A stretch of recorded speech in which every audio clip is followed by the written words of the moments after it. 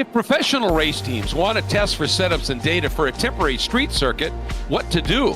Where can they go to experience a short, fairly fast, bumpy layout with multiple pavement changes? What venue will somewhat closely mimic a street circuit, but where they can rent the track and just lap and lap and lap? Well, enter the famed Sebring International Raceway's club course. While it eliminates the most legendary of Sebring's bumps, turns 1 and 17, that's really okay, because if a street track were actually that bumpy, they would grind it and repave it in a heartbeat. But rest assured, there are still bumps aplenty, and at just shy of 1.7 miles, they come at you fast and frequently. While the track isn't lined with concrete barriers, the surface is very much akin to a street circuit, so you can push the limit in testing with far less risk to the cars and occupants. SCCA Central Florida region also holds a late October full regional race on the club course, and one of those classes is, of course, Spec Miata. As a preview to that event tonight, the Full Send Sims Esports iRacing Spec Miatas take to that very track for the final 2 championship deciding races of 2023's Season 3. Hi folks, I'm Greg Creamer, and welcome to Round 10, the season finale. Joining me as always is Kyle Heyer. And Kyle, when this series races on the long course, it's always spectacular with those long straights and fast bends. Do you see the races being as close as intense tonight on this shorter track? Maybe even closer and more intense. All the best passing zones here packed into one 1.7 mile racetrack. We've removed 2 of the most iconic corners, that being Sunset Bend and Turn 1, which are the fast, really high downforce corners that you'd see in the prototypes. But in its place, we've kind of factored in a cut through here through the middle of the racetrack, Rabbit Bend, that leads into Turn 5, which is Turn 3 on the full course. And basically, we turn this thing into kind of a bull ring as far as Sebring is concerned. And I think it's going to be a great place to decide our finale. Sebring in any form, I don't care if you're running in the parking lot, it's just a really fun place to race. Yeah, no question about it. And the cool thing with this layout is you still have the run from the full track Turn 5 into the hairpin called through Big Bend. That's long enough. I think you can get some drafts. And from out of the hairpin all the way up into Cunningham Corner through the Fangio, there used to be a chicane, but now let's just call it swerves. I think they can get some drafting done there. Both of those, Kyle, lead into seriously good overtaking areas. Yeah, absolutely. Cunningham is one of those. That's a pretty good passing opportunity. So is the hairpin, which was Turn 7 on the full configuration. Of course, not quite numbered that way here, but this is our season finale, Greg, and as we come in, there is a points battle happening, and maybe we should cover that before we get into qualifying here. It's Morgan Burkhardt up top, but by the slimmest of margins over Nicholas Rice-Puto. Yeah, it's really, really close. And, you know, you think about going into Road Atlanta, there were 39 points covering the top 4, right? And 12 covering the top 2. So it was pretty compact. But now you come into this round, it's expanded between the top 4, 45 points, but that margin between first and second is only 8. And this is one of the things that I think about the progression of the drivers chasing Morgan Burkhardt, who won our first 2 championships, Kyle.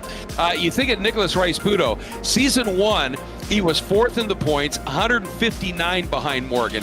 Season 2, he was 3rd in the points, 47 behind. This year, right now, he comes in only 8 points behind. Beans Forrester was 2nd in both those first seasons, and he's going to now come in here in 3rd, but still, Season 1, he was 116 off for Burkhardt. Season 2, 37 off. This time, 28 off. And Jordan Rixagrady, what a story he's been. He comes in here after being 17th in Season 1, right? 296 points off of the lead last year, or last season, I should say. Only 78 points back. Tonight, he comes in here only 45 back. That group is really tightening things up. The guy who's had the offseason compared to where he ran in the first 2, of course, Caleb Patry, who's back in that 6th spot, and he was a lot closer in those previous ones. But the big story to me is, along with the championship battle, Kyle, is how everybody has closed it up and are able to run a lot more competitively with Morgan. Yeah, it really has been a very interesting season, a longer season as well. Let's factor that in too. So there was more time to gather momentum, but the track variety, the racing has been a lot closer physically. The points battle has been very, very tight. It's going to get fierce out there, and what better place to do it than at Sebring, where we had some of the best finishes of the year early on in the season. Well, absolutely right. And the other story was, you know, at Road Atlanta, Morgan didn't get a win, and 2 of his competitors in the points did. But then in the other race that they did not win, both of those guys had really low finishes in terms of points. And Morgan, a second and a third. He just, when he doesn't win, he keeps accruing good points finishes, and that's where he sort of stands out a little bit. This track, though, with the number of entries we're going to have and being, a third of the size of the full Sebring almost, this is going to be incredibly busy. You know, this is one of those layouts that's probably not real familiar to almost everybody out there. I'm sure people have driven it. But I love that because you come into the last two races of a season where a championship is well and truly being decided, and you do it on a track that's much more maybe a level playing ground where not a lot of people know this track, and everybody's got to find it. Well, a fun way to split a racetrack up is not just to use what's familiar, but to use new cut-throughs and things. This Rabbit Bend, as they call it here, is a pretty unique corner because you never would run this on the long configuration. So this is really the kind of the dark horse corner here where I think a lot of drivers are going to struggle. The entry is pretty wide, but it gets very, very tight on the center of that cut-through where you come back around. So that's going to catch a lot of people out. It's not an experience that everyone's familiar with like they are with basically all the rest of the corners. Well, you know, you look at that shot you had right there. There are no braking references, no signage, no nothing. I mean, there's the blue and gray on the guardrails. Maybe you can reference off, but it's got to be difficult to really find when you're under pressure, really be able to consistently hit that braking point, your turn-in point, and be able to manage it. So, yeah, it definitely throws a serious wrinkle at these guys. And then the same thing is true at turn 5. You're entering this from a completely different side of the racetrack. Exactly. Typically, you'd be chasing the car over from the left-hand to the right-hand side after leaving turn 3, but now you're entering on the left. So it totally changes the flow of this sequence as well. And why is that important? Because it sets you up for Gurney Bend and that run down to the hairpin, which is going to be your primary passing opportunity. That's the only place on this track where you're really going to get the effect of the draft. And we saw earlier in the year how important the draft is at this track. Oh, it's absolutely massive. And, you know, these cars, you know, they gain so much with that draft. And do you think, you know, it kind of looked to me, you know, that out of the hairpin through Fangio up into Cunningham, there's probably going to be a little bit of draft there too. Not as much, and you're going to have to really get a run out of hairpin to be able to do anything with any kind of pull you get there, but it might be there. Yeah, I think that's the key, is you're going to have to build a run out of the hairpin to take advantage of it.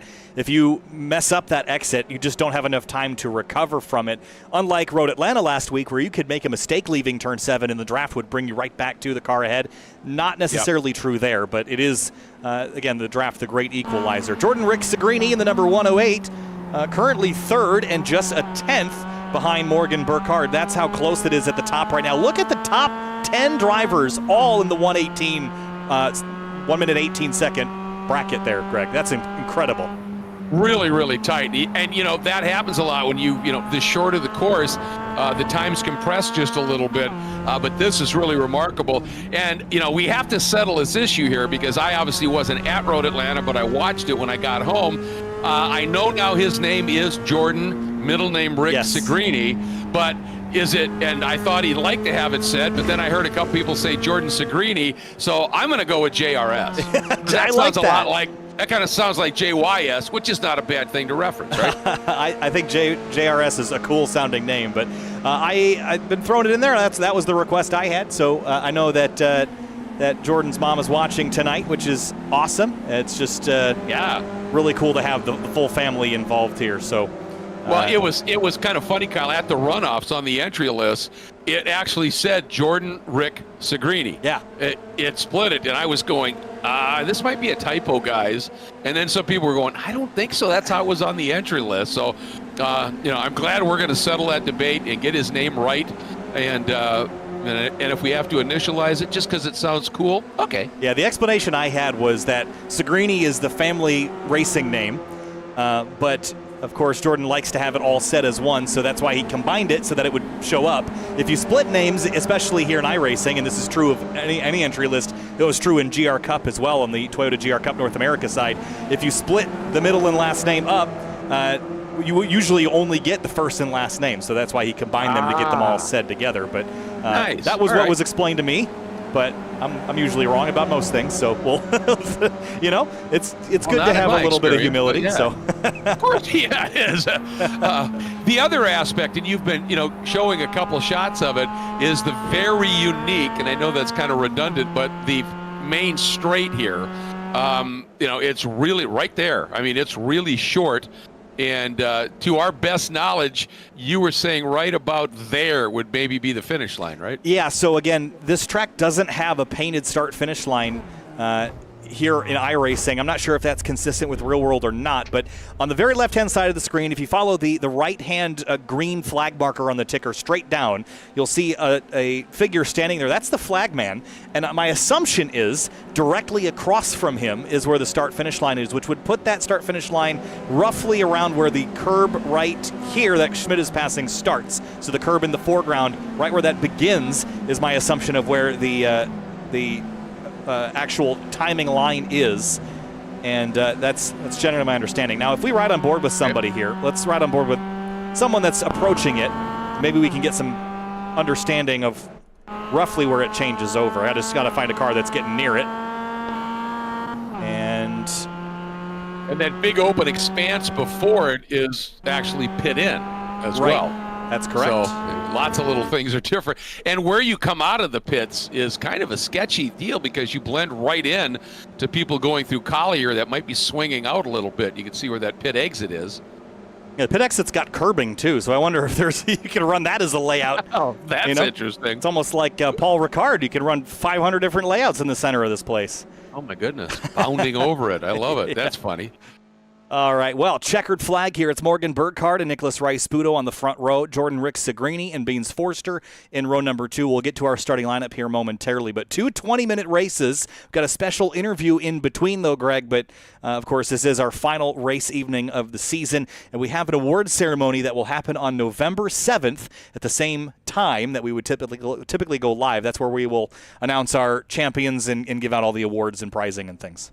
Absolutely. And I mean, we did that the first time at the end of season 2, was very well received. It was a lot of fun to just be able to, give out some awards and just relax a little bit, chat with the drivers about their season and the like. Was just great. As we're heading into these final couple of races, we quickly have to say a massive thank you once again to Full Send Sims and Kurt Schmidt, creating this championship, envisioning it and making it reality, and making it, I think, and what I've heard from a lot of people, one of the best iRacing sim series, the esports series, going right now.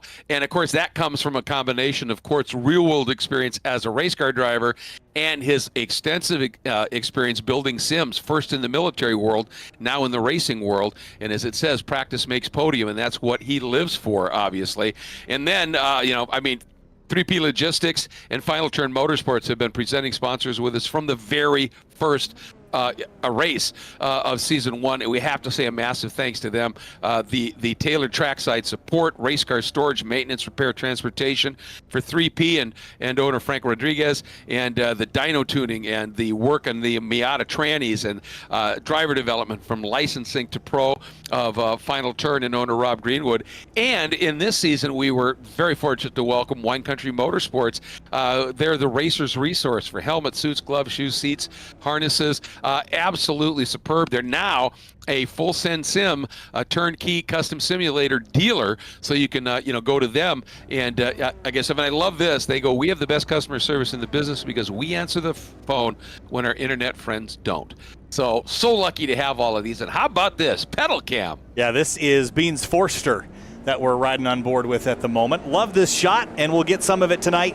They're going to have a very short pace lap, so I want to give you the starting lineup on the left-hand side of the screen, because as soon as this pace car makes its way through Fangio, it's going to make the right-hand turn onto the pit lane, and we're going racing at the Sebring Club course for the penultimate race of the season for the Full Send Sims Spec Miata series. So all I saw on his left foot, it said an S. So is that gas again, or is it brakes? I think they're both gas.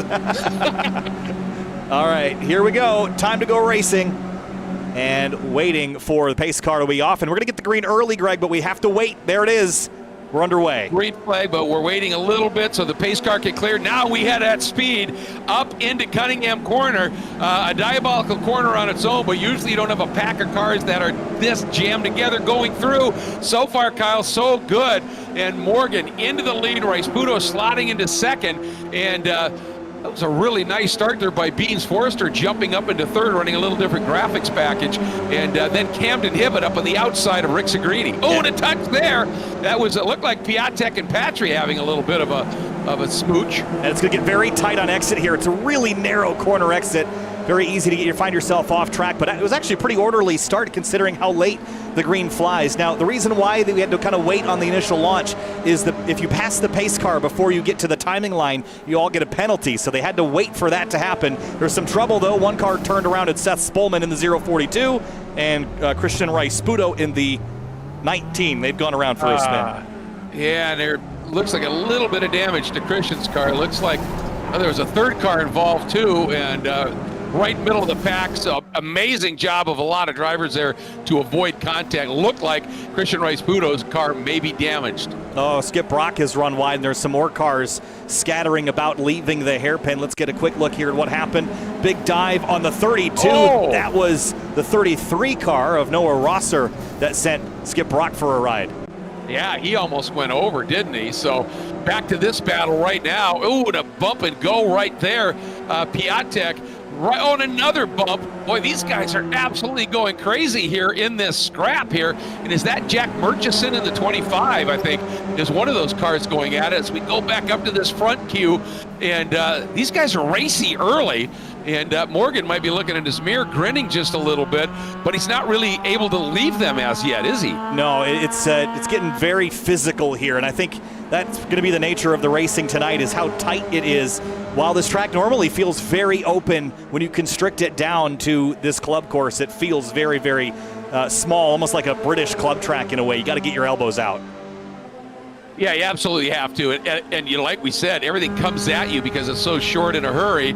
And what are you going to do? Look at that heel and toe. Man, I love this. This is old school, real race car driving, not this paddle shift stuff. And love to see this and just watch it. I've always called this, Kyle, this is the racer's ballet. All that footwork, timing with the hands and the shifting, it's just magic, and love to see this. Yeah, this is one of my favorite things about these cars here in iRacing is the old-fashioned transmission and just putting it down through the gears with the heel towing. I actually learned how to heel tow in iRacing before I ever did it on the racetrack, and I learned the muscle memory. And the first time I heel tow downshifted, it was in a Spec Miata at Road America, and I was shocked when the footwork did what I expected it to do. It was really neat, a cool moment for sure. It is, isn't it? When you get one right, you go, that's how that works. And, you know, remember, folks, as he's braking and blipping there, he also has to trail off that brake a little bit if he's using, the threshold brake technique into the corner. So there's a lot more going on there even than it seems. That's what makes it spectacular. And up front, Rice-Puto is absolutely glued to the back of Burkhead. And they have that, or Burkhardt, they have just that little bit of a margin now back to Beans, who's got Rick Segrini all over him as well. Yeah, they've been cooperating quite nicely, I'd say. But here comes Rice-Puto on the outside here into the hairpin. Tough line to make work. We'll see if he tries to cross him over on exit. That's a popular move on the run down to Cunningham. Good exit there by the 0-3 of Rice-Puto. Well, that's what we were talking about, wasn't it? Was you have to get the good exit out of the hairpin to really get some momentum so you can use any kind of a draft. He's trying to get a little side draft right now. Now he's going to have that inside line, but Burkhardt at this stage is going to be well placed for the turn in up at Collier. Is Rice-Puto going to go with him here round? Now he's going to have beautiful move there, and finally Burkhardt has to give way and might even give Beans an opportunity here. Yeah, Jordan Rick Segrini watching on from fourth in the 108. Big lunge from Burkhardt through tower turn. They're side by side for the lead, leaning on each other. Forster waiting for the opportunity. Big defense from Rice-Puto. Oh, and now his angle into Rabbit Curve, really, really tight. Exited exactly where he had to. Otherwise, Burkhardt might have been able to get up alongside, but put his car in a beautiful spot as now they head through Gurney, this long bend down into the hairpin. When they made that change to the hairpin, it used to run in a lot deeper. It's now the runoff road. and come back, and after a car went up and over everything down there, they put this sort of little chicane in front of it. Dorsey Schrader started calling it the safety pin. But it is definitely a little bit safer down there. And look at this battle. Right now, this is a 6-car battle for the lead in this one, Kyle. Yeah, really exciting stuff to watch. And Camden Hibbett has given us some onboard pictures. He will do the same again. But the lead battle, while we're watching this, is back side by side again. These two fighting for a championship and leaving nothing on the table. Yeah, it's these two, isn't it? And it's just fascinating to watch this chess match. And every time they go side by side, then you get the interlopers coming in, right? It keeps Beans right in the mix, and JRS right in the mix, and Hibbett and Piatek all right there. 1, 2, 3, Rice-Budo, Burkhardt, and Forster. Rice-Budo is going defensive here into Rabbit. But, oh, they're going to try to hang on the outside. They're going to get run off the road. It's such a tight exit. Contact again. And it's really tough to do that. And, you know, if you've got more overlap, I would think that, the guy that's in the lead you need to give you a little space. It just wasn't quite there for Morgan.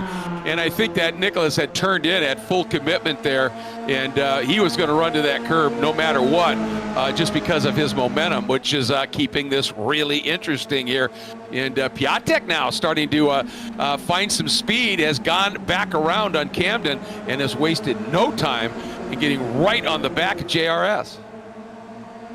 Now back onto the front straightaway here at this version of the course, and back in 7th place is a driver we're going to hear from a bit later tonight. That's Henry Drury, and we'll chat with him between the race. He's got a little bit of nose damage, but runs 7th right now, which is a really strong start considering this is his first start here in this series.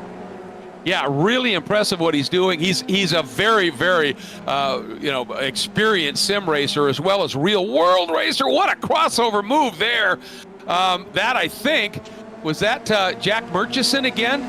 It's Patry in the red, and then it's Murchison in the pink.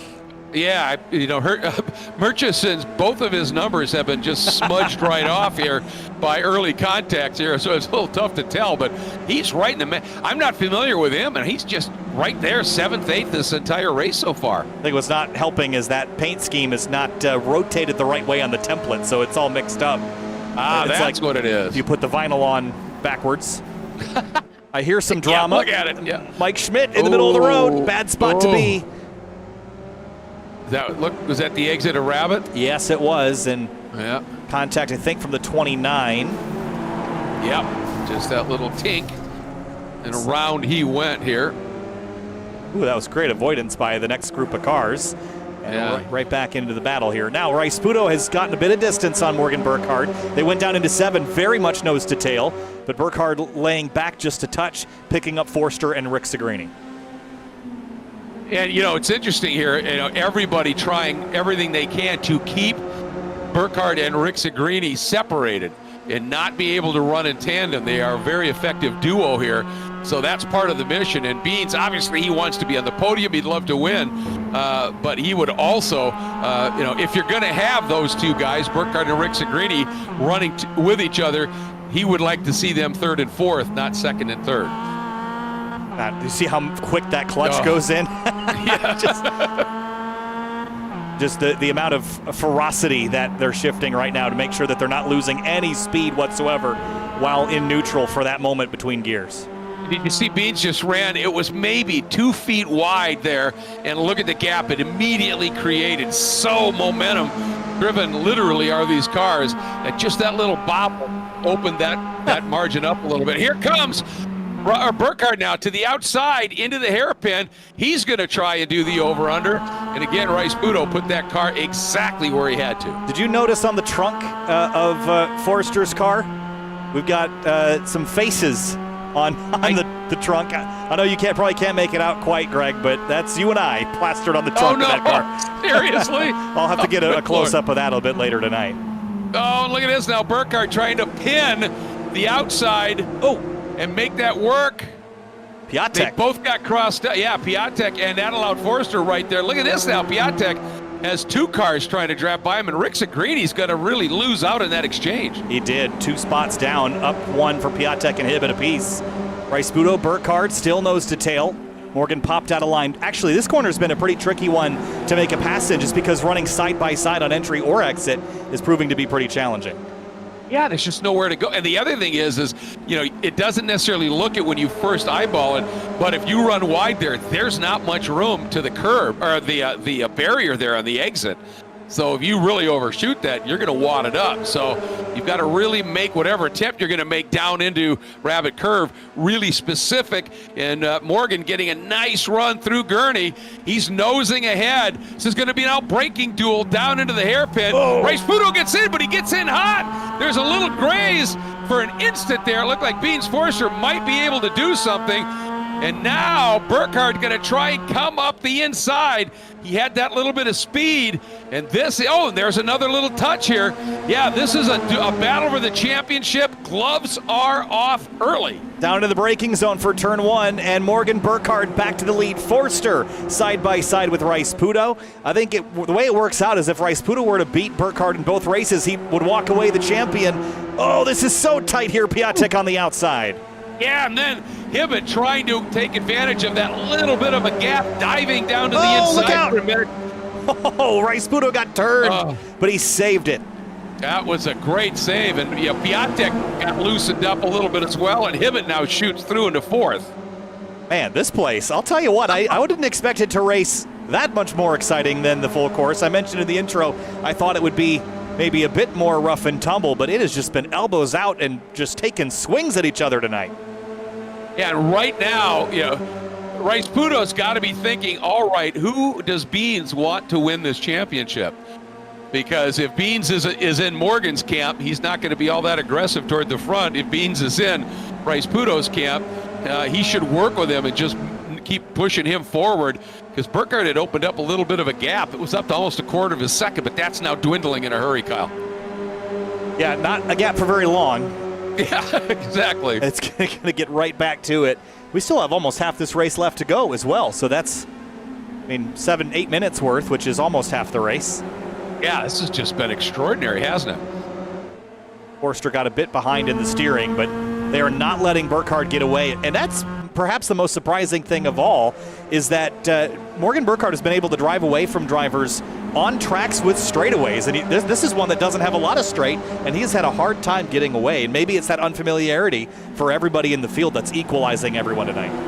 I think that's exactly it, is it just, there's just enough little differences here that it just affects how you approach things, and it's new for everybody, and it's keeping things really, really snug here. At this point, right now, the top 5 are covered by a second, and Piatek has drifted back just a smidge here, and he's now got some serious pressure from the ever-changing color scheme of Jack Murchison. Because I could have sworn at one point that car was green, and then pink, and now it's just kind of gone white. Now it's pink again. Yeah, Murchison's way back here in 10th behind Skip Brock. Then just ahead of him, Jorge Ortiz, who started from the pits. That's why he doesn't have the information in the graphic. He's up to 8th place.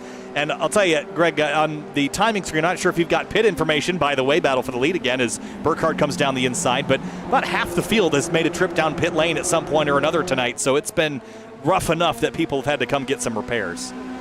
Well, I'll tell you, Rice Pudo fighting hard and gets back in front as we're coming up on 6 minutes to go. And it's just got to really be protective. And look at Morgan, the way he just rolls speed, doesn't mind clouding that curb, feels confident in it, gets right to the outside edge of the track and just closes it right up through Rabbit. There you can see from that shot just how close that guardrail is on the exit if you get it wrong there. And there's so little in the name of runoff there, just big tall curb, a couple feet of grass, and then the Armco, as you mentioned. So you're going pretty slow there, but if you get it just a bit wrong, you can find yourself in the fence. Here comes Burkhardt again with a big run to the outside. This is a hard line to stick, but if he can stay alongside, he's still going to have the next turn a major right-hander, so it's a tough ask out here. It really is, but you just hate to give up that run, and he's got a little bit of an overlap. Did he just squeeze him a little bit there? I think so, and he's got him. I think he did, and that was just enough. And here comes Beans. Beans now making the move, taking advantage of that little moment here. And Beans going to try and squeak through. Let's see if he can make that up, and he does. He's solidly now into second, and now Rice Pudo is sitting back in third. Let's watch it from this angle. Let's go back a little bit more. Here's the exit of the hairpin right here. Burkhardt kind of straight lines and sort of runs Rice Pudo into the dirt slightly, but I don't think Nicholas got a great exit regardless, and he needs this second place back in this championship battle up the inside here at Rabbit, but bails out. Hibbett goes defensive on Piatek. Yeah, Piatek popped to the outside and then couldn't get it turned to the apex, ran a little bit wide, and looks like Rick Sagrini going to slice through, and does, picks up that fifth spot, excuse me. Field makes their way out down what is now the back straightaway of this short course through the Gurney Bend, and it's a 0.6 of a second advantage for Burkhardt. That's the largest it's been in this entire race, just for reference. It's been tight. Yeah, it has been very tight, and now this is really crucial here for Beans and Rice Pudo to work together to get back up to Burkhardt, and then for Rice Pudo to find some way to get through on both of them. Wow, is that going to be a tough ask here with only 4 minutes to go, Kyle? Yeah, and they're not making up ground either. I think Rice Pudo's feeling the pressure. He's going to have to force a move here. He doesn't have time to sit back behind Beans. Beans is really late on the brakes and gained about a 10th back, but is it going to cost him on exit? That wasn't too bad, was it? They actually got through that corner pretty well. He really stood it on its nose and used that trail braking to get that car pointed, and it was really effective. Amazing how early in the corner he's back to the throttle. There's a slight delay in the sim, about a half a second to a second, so it's not perfectly matched with the pedal inputs, but it's pretty darn close. But he's back to throttle as soon as he can commit. Right there, back to full. And there's not a lot of modulation in these cars. You're just hammer down. Well, I remember talking to Danny Stain, and he said one of the things he loves about running Spec Miata is he said it's the only class of car where you had always better be full throttle before apex. Yeah, I mean, we're seeing that here. Because of the momentum, and yeah, this is being proven out, isn't it? Right there, right back to throttle before the apex, and that's not coming up. And even he's flat shifting too, clutch down, throttle to the floor, just trying to find any advantage, and it's going to raise the revs and not be kind to the transmission, but it'll take it. And the thing is that Rice Pudo is just tucked right into his toe, and well, Beans defending pretty aggressively there. Oh, Nick carrying in a lot of speed. He's going to get trapped around the outside, kept it on track. But boy, I thought he was going to overshoot that corner completely with that sudden lunge of speed he had, and was able to hang on to it here. And now Camden Hibbett right there getting a little bit interested in maybe a podium here. Yeah, this is going to be bad news for Rice Pudo as far as the championship is concerned. If Burkhardt can run well in race 2 also. Rice Pudo really needed to beat Burkhardt to put himself in the best position possible. So this is going to be a tall order now if he finishes third here to finish out the championship. 2 laps to go next time by, with about a 1:20 laps, 1:50 now as we head down towards the hairpin. Yeah, and that gap coming in was 8 points, Burkhardt to Rice Pudo. So that's the points margin. And look at all the track Morgan uses. He rolls so much speed with those long arcing lines.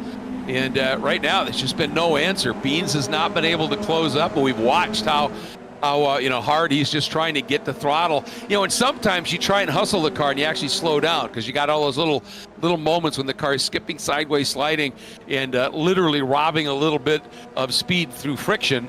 And one thing we know about Morgan, the later the race goes, relative to a lot of other competitors, he's so smooth. I see a white flag there, Greg. So it was so close to the end that it was on the really the money there. So white flag is out. This will be our final lap. Burkhardt's got 9/10 of a second over Forster. Rice Pudo could do himself a favor by making this pass, and he's running out of time. Yeah, he needs to really get down to the just late break, throw it in there, do something, and just not close enough. You can see both of them really bounding over the curbs and up front now. That's given Burkhardt another tenth or two.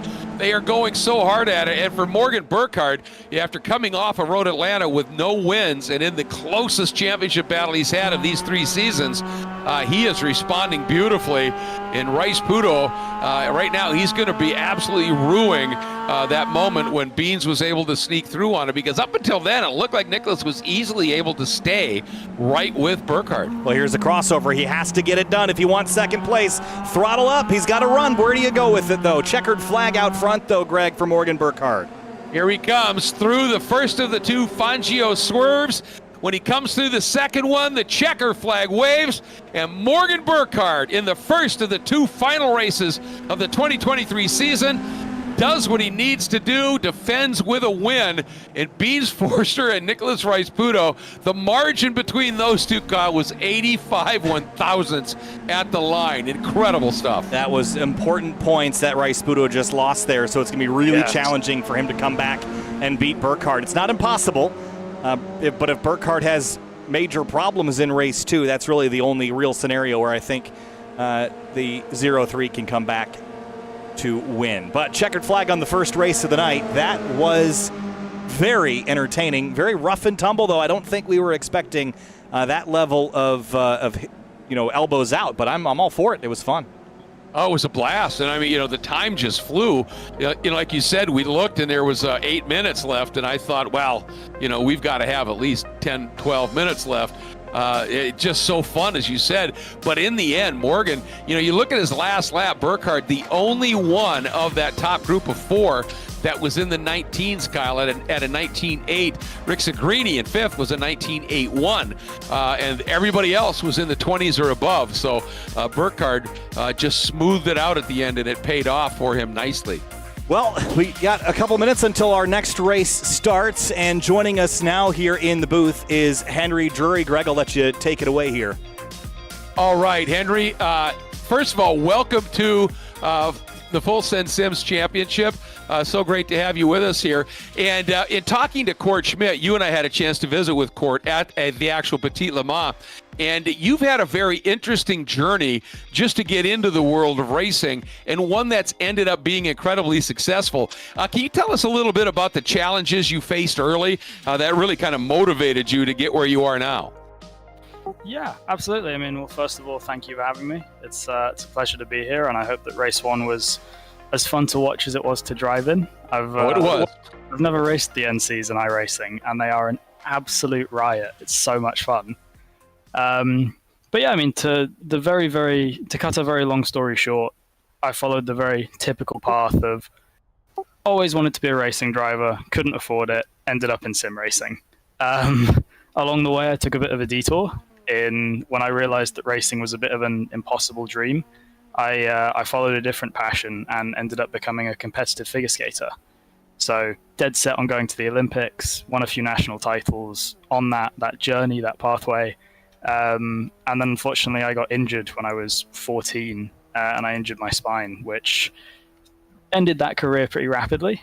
Couldn't get out of bed for close to a year, couldn't walk.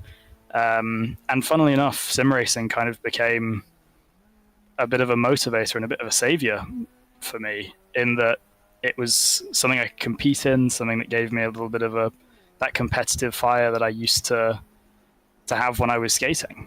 And sort of threw myself into sim racing. And then last year, I came across an Instagram advert for a Porsche Carrera Cup North America team running a aspiring driver shootout, which promised a $100,000 prize fund to go racing in the real world. And I thought, it's probably a scam, but why not? We'll give it a go. It's racing. You got to take every opportunity you can get. So, took a bit of a punt on that, and shockingly, I ended up winning that shootout. And sure enough, I found myself being brought into a professional racing team as a junior driver with a prize fund for 2023 and 2024, which sort of launched my racing career and changed my life forever. So I went from sort of always wanted to be a racing driver, fine, I'll do something else. That went horribly wrong when I got injured, and then found sim racing and fell in love with it, and somehow turned it into an opportunity to get into real world racing. I mean, absolutely fabulous story. And now that you've been able to make that step and doing what you truly love, and recognizing that sim racing obviously was, a serious, leaping board to help you get there.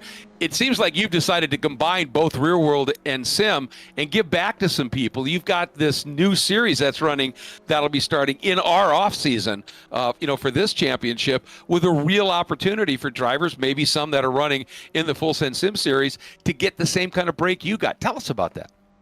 Yeah, absolutely. So, I mean, it's having seen how difficult it is to get into real world racing, and especially coming from the sim, and meeting so many people who have this passion and this talent but just don't have the financial opportunity. Saw a real opportunity with the team that I joined as a junior, who run the shootout, and they're trying to create a pathway for underprivileged kids, maybe from difficult backgrounds. Again, people who have the passion and the talent, who love racing, but just don't have the opportunity or the money. And the question sort of came up, well, what about esports? This is exactly what we're looking for. And so this has led to us running our first iRacing series, which runs this November, December. And it's a 4-round iRacing series, and the winner of that series will receive a direct entry into the Aspiring Driver Shootout Finals next year, where they'll race for the same $100,000 prize fund that I won for the 2025-2026 racing seasons.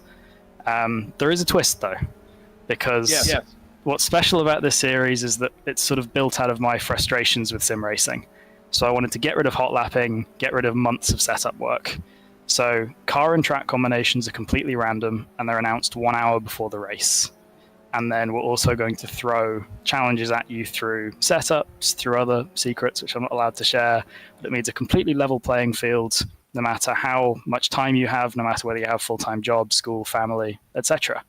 And we're going to sort of throw some challenges at you, see how you adapt, and look for what we'd be looking for in a real-world driver. So 4-round iRacing series this November, December, and the winner gets a direct entry into our shootout finals to race for the chance to race in real life. And and if you win that shootout finals, that's the PT Autosport Aspiring Driver Shootout Finals, right? It's $100,000 that you could apply to real world racing, and that shootout that will be in real cars as well, correct? So I mean, you're starting that step. Exactly. Yeah. This is sort of, it's aimed as the first step into our driver development pyramid. So if you get into that shootout and you win that, that's your golden ticket. That's the money to start racing, and it's all the resources you need to get on track in a real car. It's coaching, it's mentorship, it's development. It's sort of a full package, and all you have to do is turn up and be the best possible driver you can be, and focus on starting that career. Right. So, well, I love the fact that it tests all kinds of things, not just if you're fast, but racecraft, setup, adaptability, all of that. We're getting ready to go racing. Real quick, where can people get more information about this? The first round is November 17th. Where can they get information? So, important final detail, sign-ups close midnight tomorrow. You can learn more at ptautosport.com/esports. All right, ptautosport.com/esports. Check it out before tomorrow, folks, if you're interested. Got to let you get back to driving because we got a race coming up. Henry, thank you so much for your time and your devotion to helping people achieve the lifelong dream that you have. This is fantastic. Thank you for having me. Thank you very much, Henry. Greg, it's time to go racing. I've dropped that link in the chat for anyone that is interested, but we're underway in 3 wide into the first corner. Rasputo on a mission to win the championship. Yeah, he has got to get after it here, and he needs help. He needs to have somebody go with him and start getting Burkhardt down the order here. And Rick Segrini way tight to the inside, almost straddling the curb, trying to get inside Camden Hibbett, trying to get up and help his teammate. And it is on already. What we saw earlier, well, we're at it again, no question about it. And here we go, first time into Rabbit. And again, Kyle, everybody, it's crazy, but it's crazy controlled at this point. Cars scattering in the background here. Everyone filters through, but the championship battle is in the balance here up in the front. Ricebuto needs to win this, and Burkhardt will have to fall down the order, as you mentioned, Greg. So it is game on at the front here, and I don't think Ricebuto is going to be shy about getting those elbows out. They were out in the first race. They're going to be out in this one. Piatek to the inside of Rick Zagrini in the background, late on the brakes here into turn 7, and they're still side by side deep in the field here, all the way back in 15th. Yeah, Rick Zagrini turned in, and I think there was even a little tap there when he turned in, and they touched just a little bit. And here's the thing: at this point, Nicholas Ricebuto, I don't think he's going to be at all worried about those elbows out, because let's go back to that first race, Kyle. That little squeeze that Burkhardt put on him coming out of the hairpin. I think Ricebuto in his head probably went, "Oh, okay, so we're going to race like that." So I'd watch for some fireworks up front. And let's see what happens here. Skip Brock on board with him, sitting at 9th. The fast-starting Jorge Ortiz, who came from dead last to start, I think, finish up in the top 10 in that first race. And these two guys have gone out at a time or two. There's no question about that. Certainly not. And speaking of lighting the fuse up front, Ricebuto is going to have to get the lighter out, because Burkhardt is running away, and he was able to run away previously. You see how hard Ricebuto is pushing. He needs to keep Morgan Burkhardt in his sights. If he lets him get any further away, it could be game over before it even starts. Well, and I wanted to ask you a question about that, Kyle. You know, that last, 8 minutes of that race, Burkhardt just started to ease away and did it fairly easily by the time we got down to the end of it, going from a quarter of a second to 1.4 seconds. Do you think he maybe went, I conserved too much early, there's more left here, and so he's decided to go out a little bit more aggressively right from the off in this one? That could be. I think also Ricebuto has a touch more pace than Forster, I think, and so when they swapped positions with Forster out front, Ricebuto wasn't able to drive as aggressively. I think the 0-3 might have been too much the other way, where he pushed too much too early and didn't have anything left as far as tire temp is concerned. So he's losing ground just a little bit at a time here, but he needs to reverse this direction if he wants to have a shot at all, let alone really having a realistic shot to win the championship. Yeah, that's a good point, because right now he may have learned from that first race, and he's keeping Burkhardt in touch, and maybe just trying not to drive too aggressively, keep those tires underneath him, so that when the time comes, he's got a little bit more maybe than Burkhardt. It's tough to out-tire save Morgan. He's so good at it. But we know Nicholas has great capability on board with Jordan Rick Zagrini, who is now slipped behind Caleb Patry. And you got to feel for Caleb this season, don't you, Kai? He's so fast, was one of the absolute championship contenders both first seasons, first and second season, and has just had some abysmal luck in this third season. Speed's always been there, but man, he's had some rough luck. Yeah, like I always say, sometimes you'd rather be lucky than good, because at least you can control how good you are. A lot of the times you can't control your luck, and in this case, if he didn't have bad luck, he'd have no luck at all. So just a tough season for him despite having really good pace. But I'll tell you what, Ricebuto ran Burkhardt down that lap 0.3 quicker. He's got the drive and 15 minutes left to complete it. Yeah, it's interesting. I think one of the reasons that some competitors have found it a little bit farther back is the appearance of guys like Camden Hibbett and Olivier Piatek, Jorge Ortiz, Skip Brock showing just superb speed this year, and being much more into that top 10 and just getting there into the top 10 or a top 5 or higher a much more difficult task. Yeah, Ortiz in particular has very much impressed us at points throughout the season. John Reyes in the 29 has also been up there. We've seen a handful of drivers really find their comfortability, which I Googled. It is a word. I did not think that was a word. And I challenged, I had to, DJ Clark used that word in the GR Cup broadcast, and I was like, I don't think that's a word, and I had to look it up, and it was. I don't love it because it sounds like not a word, but it's a little awkward. It is. It doesn't exactly trip easily off the tongue. No. I get it. Yeah, and getting back to Jorge Ortiz here, who's in a heck of a battle right now for that 8 spot with Skip Brock. He has unquestioned speed. He can be a little wild at times, and once he gets that honed, that racecraft honed, he is really going to be a factor, I think. I think so, yeah. And sometimes you need the aggression. You just need to know when to be aggressive and when not to be. There are moments, like right now, muscling by Skip Brock, sends him for a ride, and Skip Brock is going to get a cut course for that, not of his own doing, but he'll have to lift off, and that will leave him vulnerable to Jean Reyes in the 29. Here he comes up the inside at Tower.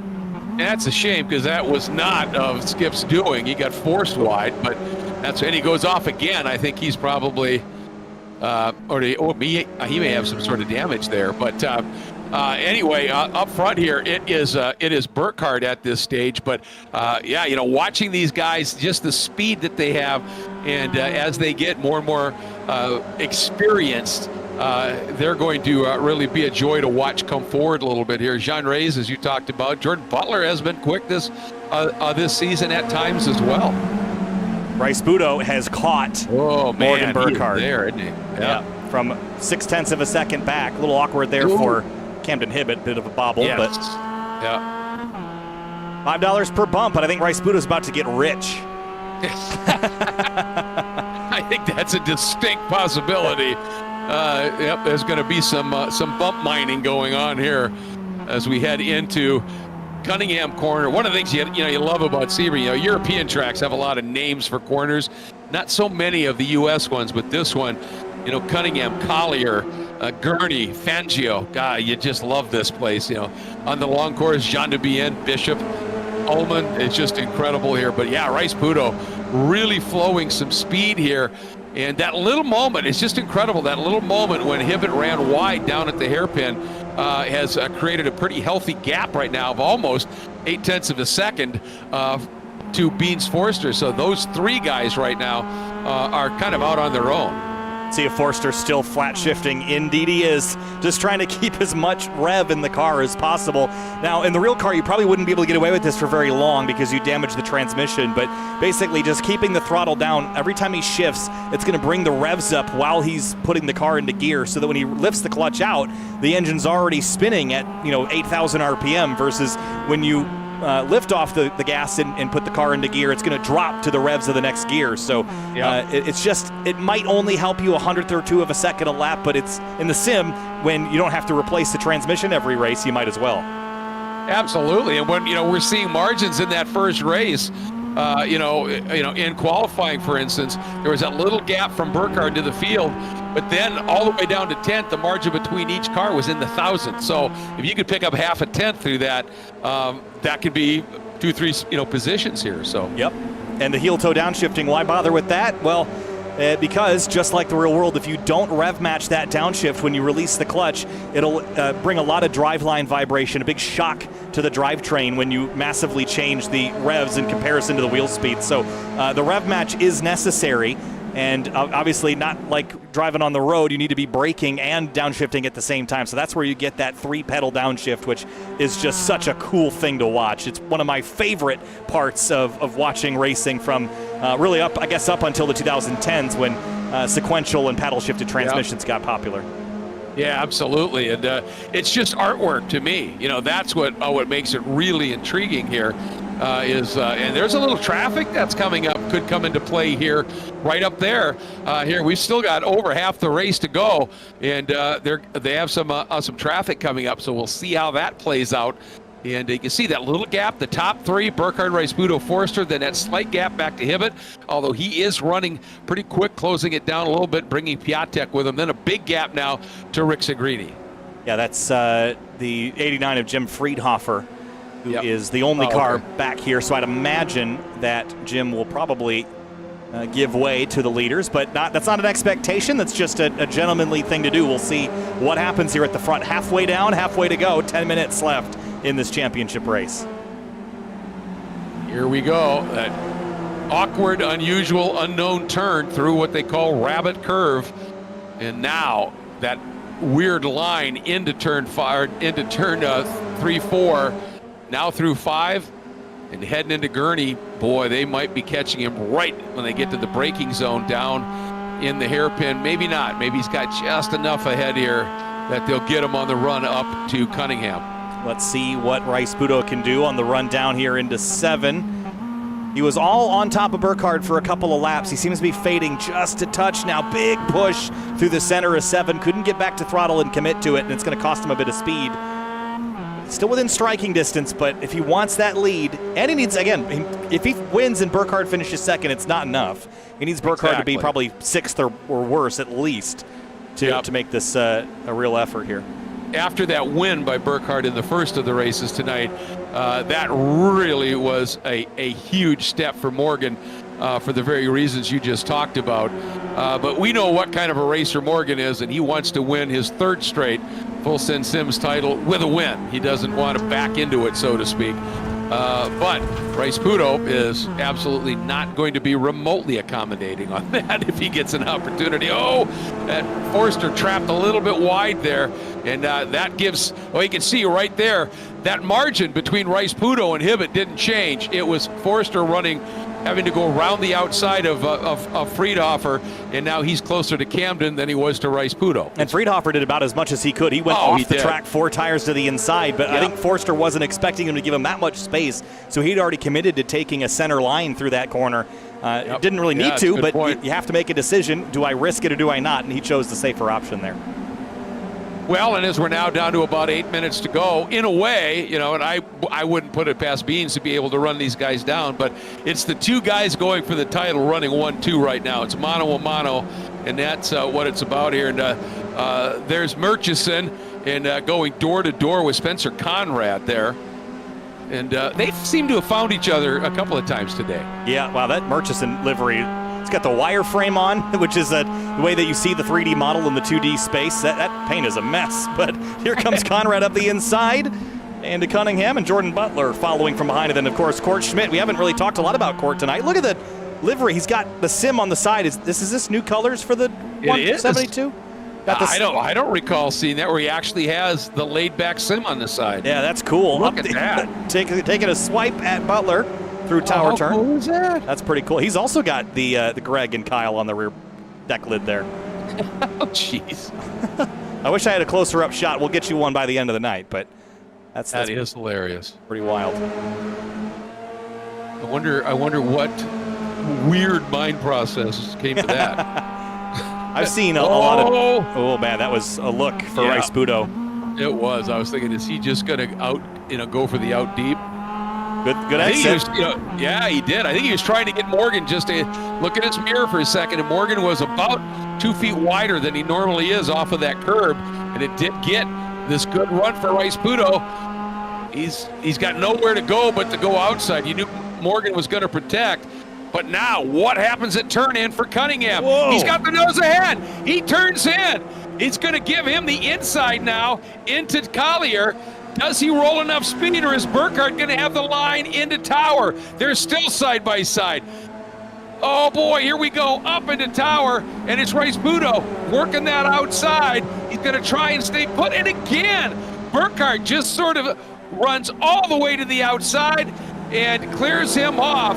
And that exchange has allowed Beans Forster and Hibbett and Piatek right now right back into this mix. I mean, that was his shot. I think that was the best shot he's had to get by, and he just didn't quite get there. And now Forster's all over him, so he's got to play defense and offense at the same time.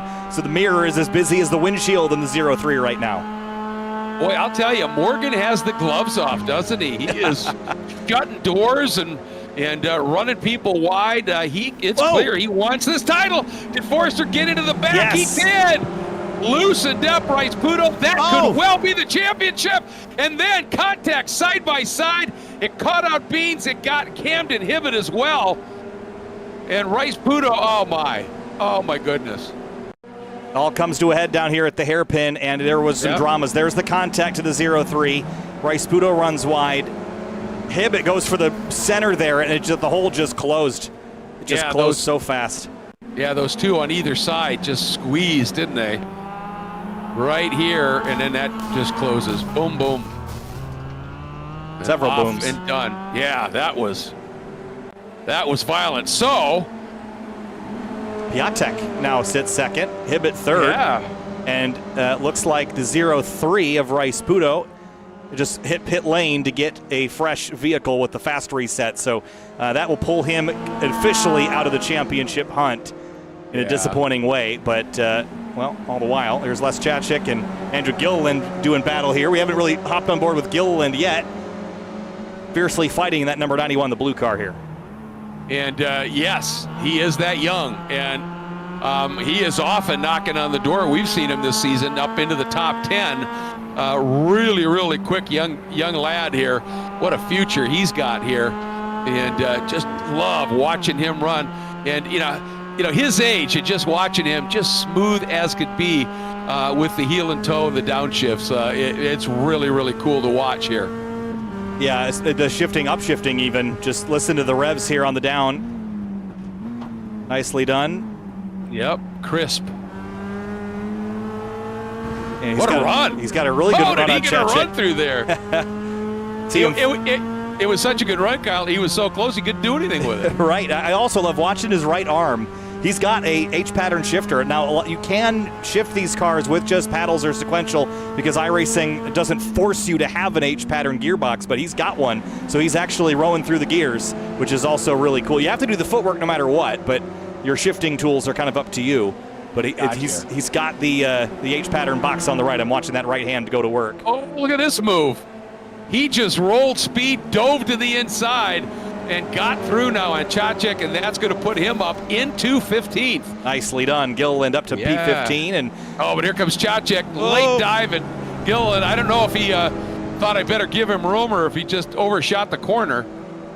Is that Schmidt that's going to dive through? It was. Mike Schmidt will gain a couple of spots. All the while up front, Morgan Burkhardt has some lap traffic. Christian Rice-Budo between himself and Olivier Piatek. It's going to be about 3 laps to go here. Piatek did gain slightly that time through, but he's still a full second back. Yeah, and the thing to me that was really on display here is we've always seen Morgan. He's smooth, he's fast, but tonight he has been just mega aggressive, and so he still sits now with that margin, as you point out. But obviously, with all the drama that unfolded behind him now, he's got that big gap over a second right now back to Piatek. You tell he was feeling the pressure. He hadn't had that before. He'd basically locked it up mathematically the previous 2 seasons, coming into the last round even, so he wasn't even really battling anybody. That was different tonight, and we saw a different Morgan Burkhardt out in front. And when the going gets tough, I'll tell you what, he will lean on you and force you to figure it out, right? That's exactly right. All right, if you're going to do this, let's go. And, that one time when Rice-Budo was able to get up alongside, he just wasn't quite there. And then, obviously, again, we saw the exiting, I think, tower where Morgan was pretty aggressive in his run out and really had to force, at that point, Rice-Budo to check up just a little bit. Now, the interesting thing is, we've got, I think, this lap and one more. It's going to be tight. Let's see what the flagman says. Flagman says 2 more, so that was all right. A little quicker pace this race around. See what Piatek might be able to do. The interesting thing with all of that carnage in the hairpin involving a lot of the leaders, Rick Segrini now has gone right up into 3rd. With Hibbett sitting there in 4th, Patry up into the 5th spot. Ortiz, and remembering he started the first race from pit lane, he's on line for a possible top 5 here. Yeah, Ortiz in a really good position. Might need a bit of drama up here, but we've seen plenty of that. Patry, yes, we have. Patry, interestingly, didn't upshift there, left it in the lower gear, and kind of revved it out, sitting patiently behind Hibbett. Might have a shot at him here on this next lap around. Running out of laps, though. Next time by will be the final lap of racing in the Full Send Sim Series here in Season 3. Yeah, and Piatek had actually closed it down to about 8/10 at one point, and now Morgan has been able to open that gap back up just a little bit. All right, here we go through the hairpin, coming up to pick up that white flag, exiting that sequence of corners into the Fangio swerves. That little bend to the right, now into the left, and there it is, white flag flying. Last lap of the 2023 3rd season of Full Send Sims Esports iRacing Spec Miata Championship Racing here. Here comes Rick Segrini, and then behind him, Hibbett and Patry. They are in a battle now for this 4th, 5th. And if they keep going side by side, I don't know. Well, actually, they've opened it up over Jorge Ortiz. So it's down to these 2 guys to decide just who's going to be 4th, who's going to be 5th. Yeah, Hibbett on defense. He's a little wide there at Tower. Yeah. Patry climbed the curb. He's going to have a run, but didn't get through the gears as efficiently here. Oh, there's going to be contact. Ooh. Wow. Really knocked Hibbett way off. And I don't think Patrick meant that, and he immediately lifted and let Hibbett come right back on in front. Oh, whoa. But Hibbett's got some damage. Back into that car is all, yeah, you can see that right rear is damaged to that, and it's got some serious toe out. Yeah, so they're going to have a bit of a battle here to the stripe. Me in the background, by the way, Jorge Ortiz, this is for position. There's contact. The lap car goes spinning, and Ortiz and Reyes are going to have a battle all the way down to the last moments here as Patry and Hibbett are side by side. Oh, look at this. They have closed it up here, but not much time left in this one. This duel, pretty interesting here. But coming to the line. Oh, Hibbett trying to get it back from Patry. No, not going to do it. It's off. Yeah. Oh, unbelievable. Burkhardt gets the win by just under a second. And that makes him, for the third time in a row in 2023, the Full Send Sims Esports iRacing Spec Miata champion. But as I talked about at the top of the show, Kyle, the points margin from where it was in Season 1 to here, much closer. These guys are coming after him. Lots has changed since Season 1. The action only gets better and better and better. Here's a look at your race results. Burkhardt, Piatek, Rick Segrini, first through third here in this one. Patry, Ortiz, the rest of your top five. Pretty fierce fight there from fourth on back in the rest of the top 10. It got hands-on as it did a lot of times tonight. Well, and again, I have to say for Jorge Ortiz, first race started dead last, got him in the top 10, ends up with a fifth in that battle that he had. So pretty fascinating what was unfolding out there. Unfortunately for Beans, dropped back just a little bit, but just some crazy racing here. And, as goofy as the graphics were in Murchison's car, he was quick. Not a bad night. And how about Henry Drury? Started at the tail of the field, worked his way up to ninth in that one. So nicely done. And Mike Schmidt, 10th place too. So there's Nicholas Rice-Budo, 11th. That'll be disappointing, but it'll only stoke the fire even hotter for next season. Exactly. And I got to say for Henry Drury, I mean, the last couple of minutes of that interview, he was on the pace lap. So that was impressive the way that he handled that. But man, what an opportunity. And I think certainly some of the guys in this series, Kyle, could do very well in that category. And who knows, maybe we could see one of these guys in 24, 25 wheeling a Porsche. Yeah, certainly. Certainly could be a really cool story to follow. And I actually owe Henry a phone call also about some broadcast stuff. So we'll talk about that and hopefully in the future. And let's talk with our second place finisher, though, in race 2. Olivier Piatek comes home in second place. It was elbows out tonight. That was just very, very wild out there, but you come home to second. Just couldn't quite run Morgan down there. Take us through your season and then this final night here at the short course at Sebring. Yeah, it's been an all-right season. I just had some bad rounds at the start, messed me up in the championship, and then just got consistent top fives every race weekend from then on, which put me in an all-right spot in the championship. I don't know where I finished, but I think maybe top 3 after everything's done. I don't know how it's going to look, but I just had no toe in quali. Poor spot for race 1. Race 1, I got up to 3rd and made some contact with Beans, put me back in 6th. I just couldn't do much from there. Then, I don't know what happened this race, to be honest. I just got really lucky when they wrecked, went through the wreck, got the second. I had a really good pace. I was tracking down Morgan by 2/10 a lap, but it just wasn't enough to get him at the end. Yeah, we were following that charge and putting up some really, really good times. And when that group all came together in the hairpin and you threaded it, and this got you back up, in my mind, to where we know you can run. You talked about the consistent top fives once things got on track. But man, earlier in the season, you were just in the wars. And one thing about this championship, these guys don't make it easy, do they? Yeah, well, first 3 rounds of championship, I didn't know, but I had my game set to some weird auto clutch assist. So the car would never get rotation under braking, So I took like a few months off iRacing. I just got back, so I missed season 2. But I guess all my settings were messed up, and I didn't notice till after round 3 because I was just terribly slow, mid-pack, wrecking every race. And I saw that my clutch wasn't bound right.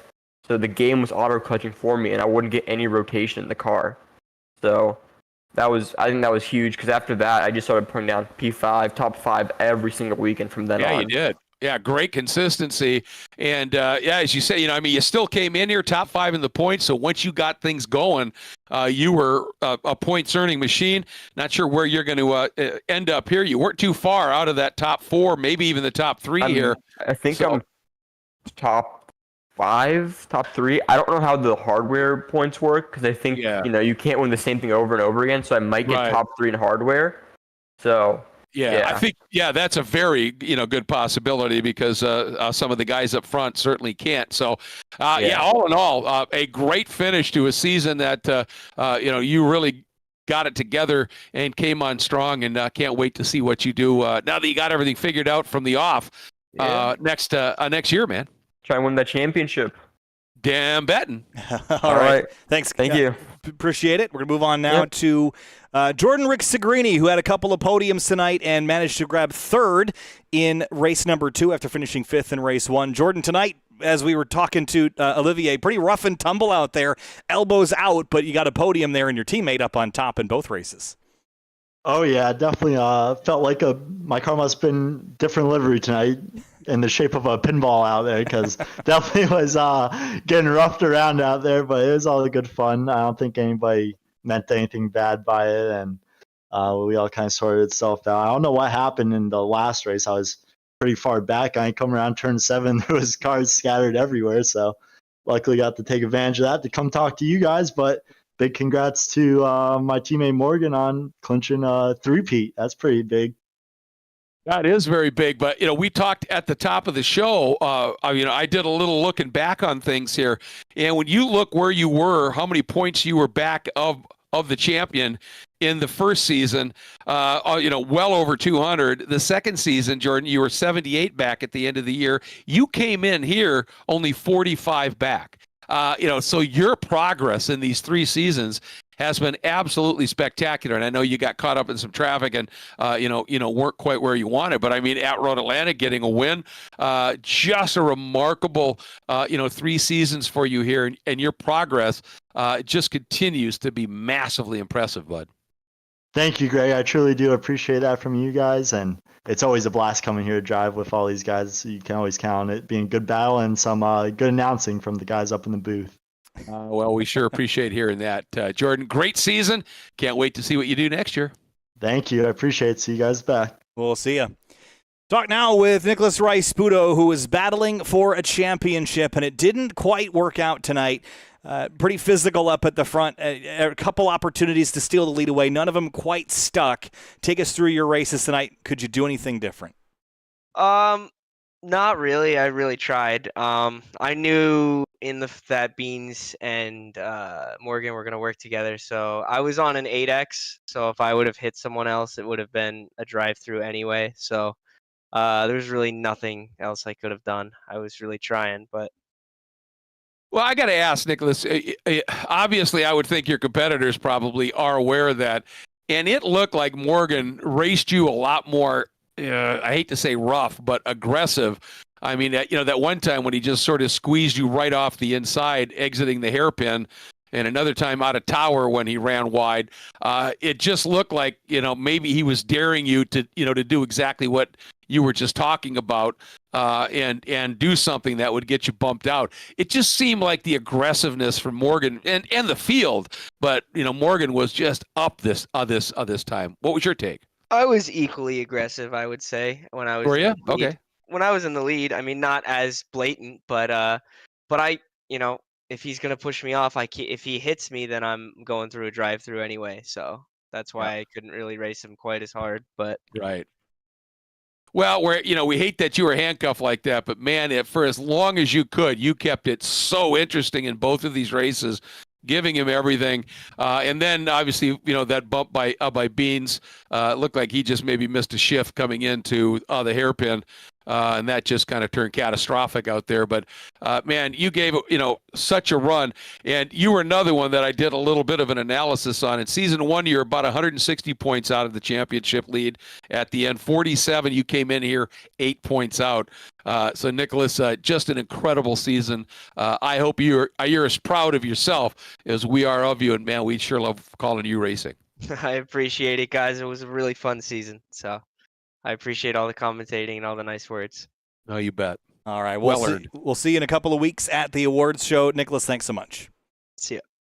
All right, let's move on now to, I think it'll be Beans Forster, who was second in race 1, finished 7th in race 2. It got pretty rough out there, Beans, but loved the pedal cam tonight, by the way. Thanks for doing that. That was so much fun to watch. Take us through your evening there, right in the thick of it, especially in that first race with all the slicing and dicing. Oh, that was insane. You know, like so many times I come here and I race and I'm like, that's the best race I've ever had. And this definitely tops it. Race 1, like the entirety of it, elbows out, rubbing here, bumping there, and it was fairly clean from my perspective. And it was so good, so fun. Oh, it was sure fun to call. I mean, it was just incredible, as you said, the entirety of the race, the battling you guys were doing here. Second race, you were right in that scrap again. What happened when you got into the back of Nicholas going into the hairpin? So that little that last little juke that we kind of both I think were thinking about towards the end, going into the braking zone, just kind of like set off like kind of tripped me up just a split second. And that split second, I was a hair too late on the brakes, and I bumped into him, pushed him wide, and then so I kind of went more to the right of the chicane instead of kind of taking a natural line through it to make sure if I did bump him off, he had enough room to come on. And then Camden, I wasn't seeing him and wasn't planning for him, and he came in, and then we all kind of got together. Yeah, Camden, that was, he tried to fill thread the needle of a very quickly closing needle's eye hole, and it was funny. You could see as his nose started to go in, neither of you knew he was there, and he just started to come in. And that was it. But up until that point, too, Beans, absolutely fantastic. And we love the new livery, showing the actual sim on the car too. That's really fun. My favorite part was the trunk lid. So, well, I haven't. Yeah, I haven't seen that clearly yet. Hold on, we're gonna fix that. Yeah, Kyle brought it to my attention, and I got to ask, what warped thing made you decide to put our faces on the car? So back in the day when we first during COVID, when we first started doing at that. doing the endurance races, Court has what he calls the distractor face, and it was on the back of our car every Daytona 24. And so we were coming together and figuring out. Court was saying, "Oh yeah, he wants a sim rig on the side of the car, make it kind of look like you're driving the simulator in the car." Yeah, and then led into that conversation about the distractor face, and that okay. We were browsing Facebook, and I saw your picture and I saw Kyle's picture, and you both had the booms on the mic facing inward to one another, and I'm like, got to do that. That's the one. Well, it is hilarious. Oh, that's for sure. Well, as we're watching you get wrecked, right? Is this? But one of the things I just noticed while I was looking at this is these pictures of Greg and I are not from the same year or the same event. These are pictures from completely different places. These are the same exact headsets. What are the chances of that? Yeah, that's crazy, isn't it? They are. They're identical. Yeah. Oh, that's funny.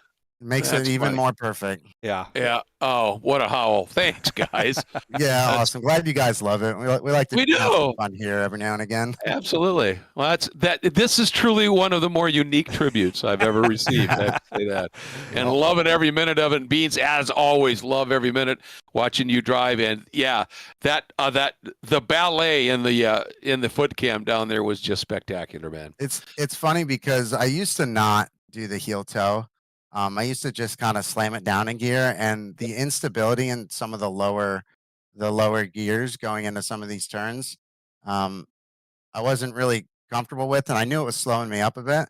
So I've actually been starting to do the Skip Barber Mustang Challenge, one of the official series, and I've been trying to heel toe through that, and that's so. In all reality, I've only kind of been really working on the heel toe for the past 2 weeks, and I'm surprised at how far I came with it. Yeah, that's incredible. So it even shocked me. I kind of was not picturing myself being up today. I was picturing myself kind of being at the back end of the top 10. So I shocked myself, but it works. It works, and it looks great. And, for an old fart like me, to me, that's what made racing. That's one of the things that attracted me to racing, was having to do that footwork, timed with the handwork, and make it all click. And seeing that applied here is just is really cool. So thank you for that. Yeah, no problem, guys. All right, thanks, Beans. We're going to talk now with our champion, three-peat champion, Morgan Burkhardt, in the number 40. Gets it done again, but by a slimmer margin this time. Morgan, take us through your journey. It was certainly aggressive tonight. Nicholas said it. He was equally aggressive on you as you were to him, but it was definitely fierce, and we could tell that there was it was getting hard out there to race side by side at this tight racetrack. Take us through it. Yeah, for sure. My plan coming in was to kind of control it, because I wanted to put Nick in poor opportunities so that he would use up his tires, and I ended up using up my tires in the process as well. But push him really hard so that he'd use up his tires, he'd collect incident points, and then it would kind of fizzle out towards the end. So I wanted to have the fight get done early and then be super cautious towards the end, and that kind of ended up working in my favor, because I knew if I let Nick by and was kind of sitting right behind second or third, I was even more vulnerable to everybody behind, because I knew Nick was going to defend me really hard because he didn't want me to go around. So I figured it was the better play to be on the defense than having to play attack and defense at the same time and try and control the race from there. But race 2 was a lot easier. I kind of was able to get a decent gap from the beginning and then run really hard laps for about half the race, and then got pretty lucky with an unfortunate incident behind about halfway through. Well, and that was something that I was speculating on, was, that first race, were you saving tire a little bit early, and then you got away so easily at the end? Did you think at that point, well, I saved too much, I'm going to go out hard early? But it was actually a little bit different. It sounds like game plan that you had into effect to try and get him to run off his tires. It really looked like, Morgan, like you were switched to another whole new level of aggression, though. Coming out of the hairpin at one point, you just sort of turned and straight lined it and got him right into the grass. Exiting tower at one point, you were pretty aggressive in your track out. This championship clearly meant a huge deal to you, didn't it? Yeah, for sure. I mean, it's at the end of the day, like, it's all just racing, but you can't take the fight out of a driver. And I trust Nick. We can race really close and really hard. And there were a couple times where I probably overstepped the line a little bit, and that's on me. I apologize to him for that, but it was a lot of fun. Like I said, I can trust Nick, and it's a lot of fun to race him, and I really wanted to get the elbows out tonight. Well, I tell you what, I agree. I mean, all seasons long, we've watched you two going at it. And, there's just nothing in terms of takeouts or anything like that. There's aggression, but that's part of the racing game. This championship, Kyle talked about it. I sort of set it up at the top of the show tonight. Your margin in front of other people in this championship is a lot slimmer. You seem to have acknowledged that, knowing that there was going to be a scrum of guys behind you that were going to be coming after you. Everybody else has turned the wick up too, haven't they? Yeah, for sure. I mean, the first season that we did back early, I think it was in like January, February of this year, it was a relatively new car to people, and I got, it clicked with me pretty quickly, and I was able to get under it really fast and get comfortable, and took the first season by a fair margin. And then every season after that, everybody's been learning, and the guy who's out in front, his learning curve starts to slow down, while everybody else is still learning new things, and they're picking things up from following me and watching, and especially in qualifying. Sure. I'll get a lot of people to stack up behind me and try and get a draft off of me. But it's the level of the racing in this league is crazy now. There's on any given night, there's 4, 5, 6 people who can take home the win. So you really have to be mindful about where you are in the pack.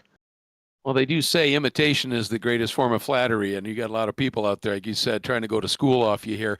It was a real pleasure for me at the runoffs, the actual runoffs, when I introduced you and talked about your team and everything, and then said, and he is a 2-time Full Send Sims iRacing champion.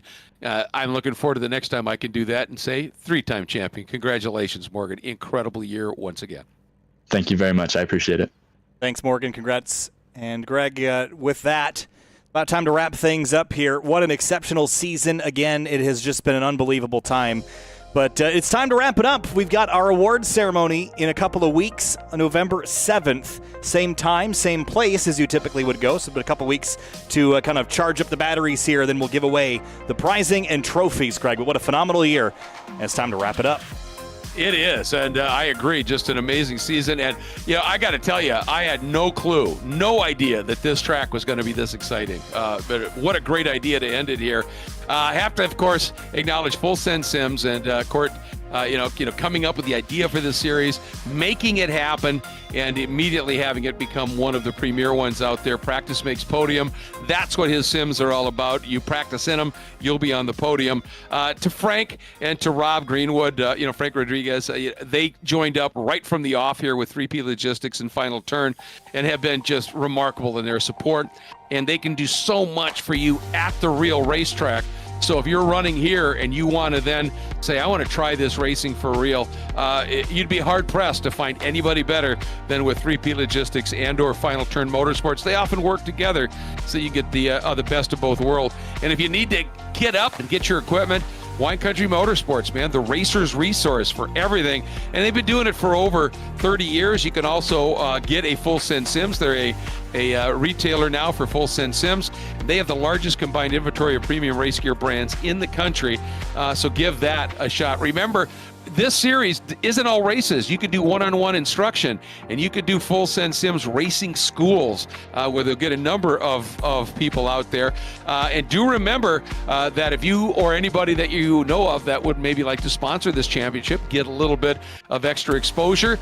Court will put graphics on his trailer, which goes to actual real-life races as well, so you get that kind of exposure. Let him know. And if you have an event going on and you want a couple of sims for people to be able to race on or train on, Full Send Sims has a mobile sim unit, which they will bring anywhere in Florida. They will help you set it up. But most of all, they support this remarkable series. And Kyle, as always, an absolute treat to be able to work with you and call this now third season in 2023. To Finian, who does such a great job with the camera setup. It's just been another blast, and I can't wait to do it again. Can't wait to do it again, Greg, and it'll probably be sooner than later. But November 7th, that is our awards ceremony, and then we can talk about racing again for Season 4, Greg. Absolutely. Make sure you tune in. And for Kyle, for Finian, for Court, for everybody that makes this a reality, thank you so much for joining us every Tuesday here on YouTube and other broadcast platforms as well. It's been special. We look forward to doing it again next year. Until then, take good care of yourselves.